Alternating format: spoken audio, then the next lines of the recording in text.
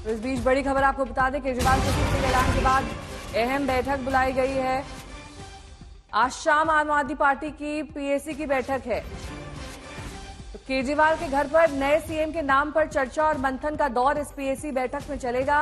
सुबह से ही सूत्रों के हवाले से खबर मिल रही थी कि शाम को इस बैठक पॉलिटिकल अफेयर्स कमेटी की यह बैठक बुलाई गई है, जब सीएम पद के चेहरे पर मोहर लगा सकती है। हालांकि सौरभ भारद्वाज अब से कुछ देर पहले प्रेस कॉन्फ्रेंस कर रहे थे, उनका ये कहना था कि एक हफ्ते के भीतर नया सीएम शपथ ग्रहण करेगा।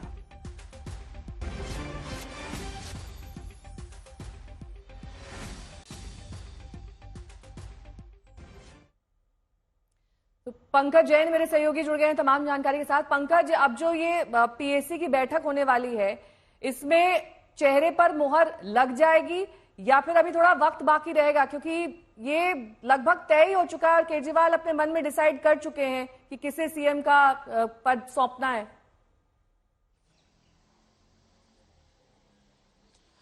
देखिए नेहा, कुछ नाम हैं और उन नामों को लेकर चर्चा होनी है। तो सबसे पहले राउंड में तो मीटिंग मनीष सिसोदिया के साथ होगी, जहां पर मुख्यमंत्री चेहरे को लेकर चर्चा होगी। मंत्रिमंडल और विधायक, इनमें से कौन सा वो चेहरा हो सकता है? दावेदारी सबसे ज्यादा मंत्रिमंडल के चेहरों पर ही, जो तमाम संभावित नाम हम अपने दर्शकों को भी दिखा रहे हैं। दूसरी अहम बात जो अभी जानकारी सामने आई है, हमारी आम आदमी पार्टी नेताओं से बातचीत हुई कि पॉलिटिकल अफेयर्स कमेटी की बैठक आज शाम को होगी। 5 बजे के बाद कभी भी ये बैठक हो सकती है और इसमें तमाम पार्टी के बड़े नेता शामिल होंगे। जाहिर है कुछ लोग अरविंद केजरीवाल के घर आएंगे और कुछ नेता जो हैं वो फोन से इस मीटिंग में शामिल होंगे। लेकिन इस दौरान सबसे अहम मुद्दा होगा मुख्यमंत्री कौन होना चाहिए, और इसे लेकर जो तमाम नाम होंगे उसे लेकर चर्चा की जाएगी। और जैसा कि मैं आपको बता रहा था कि अब गंभीर समय है आम आदमी पार्टी के लिए, क्योंकि एक तरफ आपको प्रचार में उतरना है और दूसरी तरफ आपको सरकार भी चलाना है। अगर आप मुख्यमंत्री का चेहरा घोषित कर रहे हैं तो ऐसी स्थिति में वो कैसे सरकार चलाएगा, उसके क्या फैसले होंगे और उसका जनता पर कितना असर होगा, ये सबसे बड़ी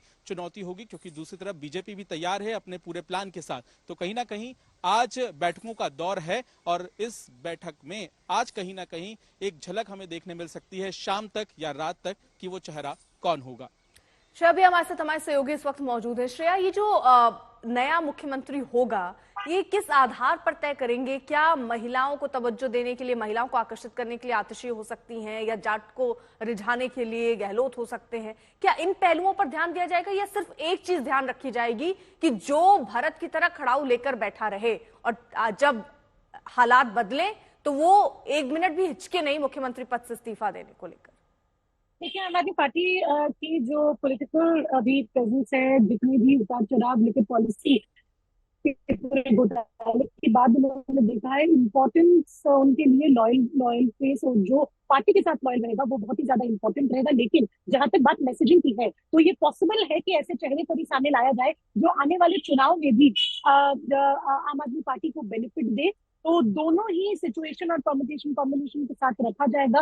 पहले पीएससी की बैठक, जैसे पंकज बता रहे थे, वो होने के बाद हम देखेंगे विधायक दल की भी बैठक होगी, जिसमें पूर्ण तरीके से जो नया चेहरा, जो नए मुख्यमंत्री बनेंगे दिल्ली का, वो सामने रखा जाएगा। इसके अलावा अब इस वक्त आम आदमी पार्टी में हलचल तेज है। दोनों सहयोगी का हम रुख करें उससे पहले आपको सुना देते हैं कि सौरभ भारद्वाज अब से कुछ देर पहले प्रेस कॉन्फ्रेंस करके सीएम पद के चुनाव को लेकर क्या कुछ कह रहे थे। एक आदमी वहां पे बैठा था, वो बोला, सर मुख्यमंत्री जी ने बहुत अच्छा किया कि जेल में रह के रिजाइन नहीं किया। अगर जेल में रह के रिजाइन करते तो भारतीय जनता पार्टी कहती कि हमारे दबाव में रिजाइन करना पड़ गया। मुख्यमंत्री जेल से बाहर आए और खुद अपनी मर्जी से रिजाइन किया। ये मुख्यमंत्री जी ने बहुत बड़ा काम किया।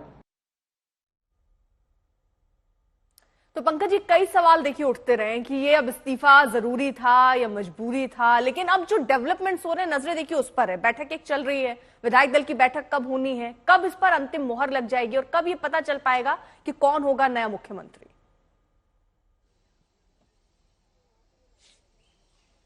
बिल्कुल, देखिए आज ऐसा लगता है कि सेमीफाइनल है, क्योंकि आज जो 2 बड़ी बैठक हैं इस दौरान कहीं ना कहीं ऐसे नाम पर फाइनल हो जाएंगे तमाम नेता कि इसे मुख्यमंत्री का चेहरा बनाया जा सकता है। और जैसा कि हमने देखा है कि जब बैठक होती है तो कई नामों को लेकर चर्चा होती है। सबसे अहम बात यह है कि इस वक्त जो सरकार है, जो सरकार का कामकाज है, उसमें एक पावर जो है वो उपराज्यपाल के पास भी है। और आम आदमी पार्टी सरकार को आपने देखा होगा कि पिछले दिनों किस तरह उनका एलजी दफ्तर के साथ या केंद्र सरकार के साथ झगड़ा चलते रहा है। तो ये काम को करवाना और उसका अनुभव रखना कहीं ना कहीं एक बड़ी जिम्मेदारी होगी। इसलिए भी ये माना जा रहा है कि मंत्रिमंडल में से ही कोई ऐसा चेहरा हो सकता है जिसको अंदाजा हो कि सरकार कैसे चलती है, नोट कैसे तैयार होते हैं, फाइलें कैसे बनती हैं। हालांकि जैसा कि मैं पहले भी कह चुका हूं कि अरविंद केजरीवाल चौंकाने वाले फैसले लेते हैं और देखना होगा कि क्या इन्हीं में से कोई नाम का ऐलान हो जाता है विधायक दल की बैठक के बाद, या फिर मंत्रिमंडल का ही वो चेहरा होगा जो मुख्यमंत्री बनेगा। क्योंकि विधायक दल की बैठक अब मुख्यमंत्री जब इस्तीफा देंगे, इस्तीफा मंजूर होगा, उसके बाद ही होगी। तो आप कल का इंतजार करना होगा। कल तो इस्तीफा हो रहा है, इतना तय है।